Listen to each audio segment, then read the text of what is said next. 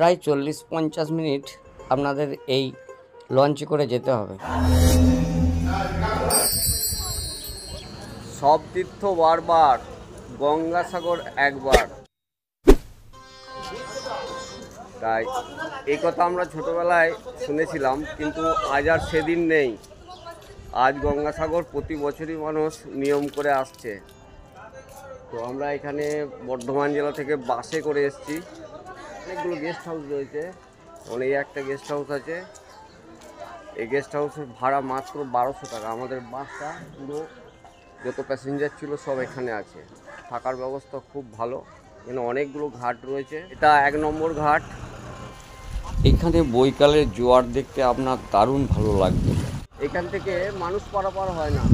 এখানে আমার এই পিছন সাইডটা গঙ্গা বা হুগলি নদী, আর এই সাইডটা হচ্ছে মানে বঙ্গোপসাগর। এই সাইডটা বঙ্গোপসাগর আর এই সাইডটা হচ্ছে গঙ্গা। এই হলো কাকদ্বীপ। এখানটা কাকদ্বীপ। শুধুমাত্র এইসব গাড়ি টাড়িগুলো পার হয়, আর মাঝিদের নৌকা এখান থেকে, মানে যারা মাছ ধরে, যখন মাছ ধরে ফিরছে সব। এদিকে দেখুন অনেকগুলো জাহাজ ওইদিকে আজকে পড়ে রয়েছে। জেলেরা মাছ ধরে ফিরেছে। এই দেখুন জেলেরা মাছ ধরে ফিরেছে। আর ওই একটা গাড়ি পারাপার করার জন্য একটা ভেসেল। খুব সুন্দর ভিউ এবং খুব কম খরচ এখানটা আমরা একটু সকালে চা টিফিন করে নিয়েছি, বেরিয়ে গিয়ে আমরা গঙ্গাসাগরের উদ্দেশ্যে রওনা হব।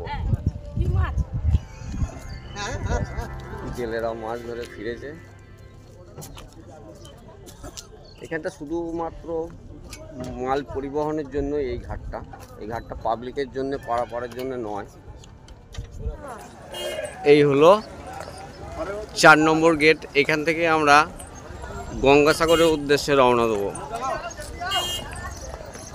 লজ নম্বর 8 আর জেটি নম্বর 4।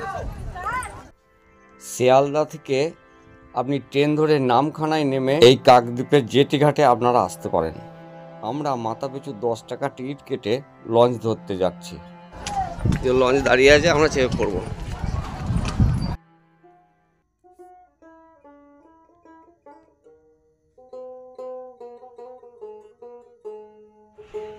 আপনি যখন লঞ্চে করে গঙ্গাসাগরের উদ্দেশ্যে এরিয়ায় যাবেন, তখন লঞ্চের চারিপাশে এক ধরনের সামুদ্রিক হাঁস আপনাদের লঞ্চটিকে ঘিরে ধরবে সামান্য কিছু দানা খাওয়ার উদ্দেশ্যে। প্রায় 40-50 মিনিট আপনাদের এই লঞ্চে করে যেতে হবে। তো আপনার এই পাখিরা আপনার যাওয়ার আনন্দকে আরও মুখরিত করে তুলবে। আপনি যে লঞ্চে করেই যাবেন, সেই লঞ্চেই দেখবেন অনেক ধরনের দানা বিক্রি হচ্ছে। তাদের কাছে কিনে নিয়ে আপনি এই পাখিদেরকে খাওয়াতে পারবেন। আর দারুণ এক দৃশ্য আপনি দেখতে দেখতে যাবেন। আপনার মনেই হবে না যে আপনি কচুবেড়িয়ায় পৌঁছে গেছেন।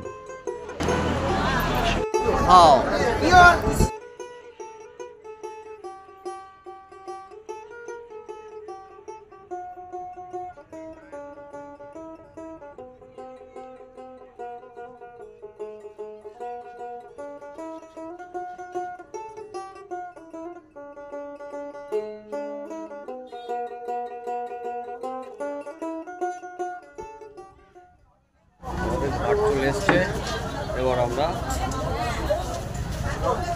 কচুবেড়িয়ায় নামবো। Welcome to Gangasagar.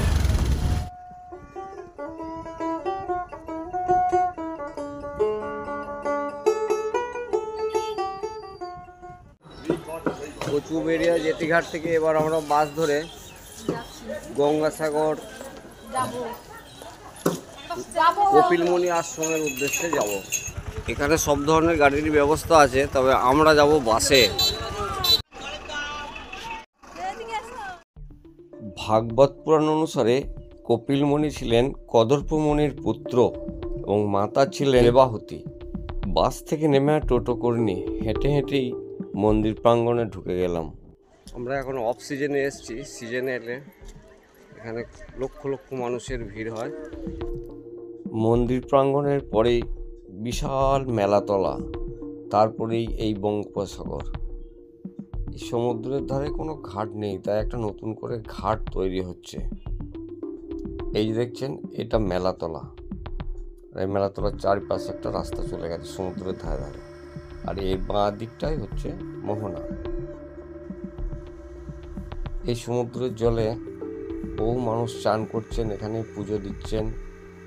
এখানকার সমুদ্রের জলটা খুব একটা নোনা নেই, যেমন দীঘাতে জলে প্রচুর নুন, কিন্তু এখানে একটু কম। কারণ হচ্ছে যে গঙ্গার জলটার সঙ্গে মিশল হয়ে যাচ্ছে। এখন ফাল্গুন মাস, তাই অফ সিজন, ভিড় নেই বললেই চলে। সেই বঙ্গোপসাগরে একটু চান করে নেবো। ওই যে পিছনে মেলাতলা, দিকে সমুদ্র, ওর একটু ড্রেস পরে আসি, চান করে নেবো। এই যে বিল্ডিংগুলো দেখছেন, এর ভিতরে পুজো দেওয়ার ডালা ইত্যাদি পাওয়া যায়। এখানকার পরিবেশ খুব মনোরম এবং রাস্তাঘাট ঝকঝকে, বিশ্রাম নেওয়ার জায়গা খুব সুন্দর। তাই আপনি একটা দিন এখানে কাটিয়ে যেতে পারেন। কাছাকাছি অনেক অতিথিশালাও আছে এবং গেস্ট হাউস, হোটেল সবই রয়েছে। এদের কাছ থেকে ডালা নেবেন।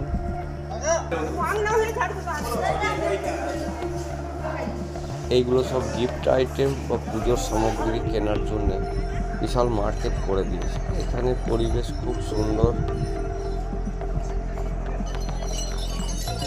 মন্দির চত্বর পরিষ্কার পরিচ্ছন্ন, কোনো ঠেলাঠেলি নেই। এখন যেহেতু ফাঁকা এবং পুজো অনায়াসে আপনি দিতে পারবেন, এই জন্য কত বড় একটা বিশ্রাম স্থল। তাছাড়া এখানে যোগাযোগ খুব ভালো, সবসময় গাড়ি পাবেন, যখন খুশি যাবেন।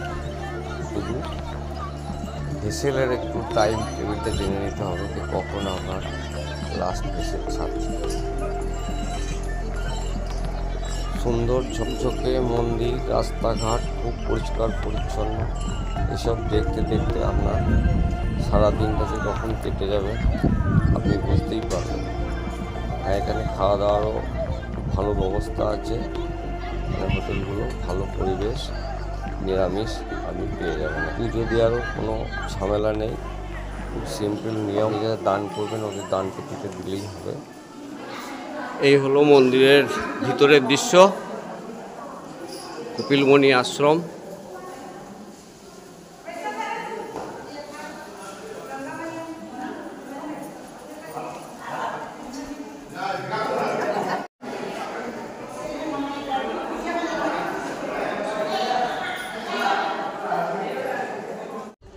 আজকের মতো গঙ্গাসাগর ভ্রমণ আমার এখানেই শেষ।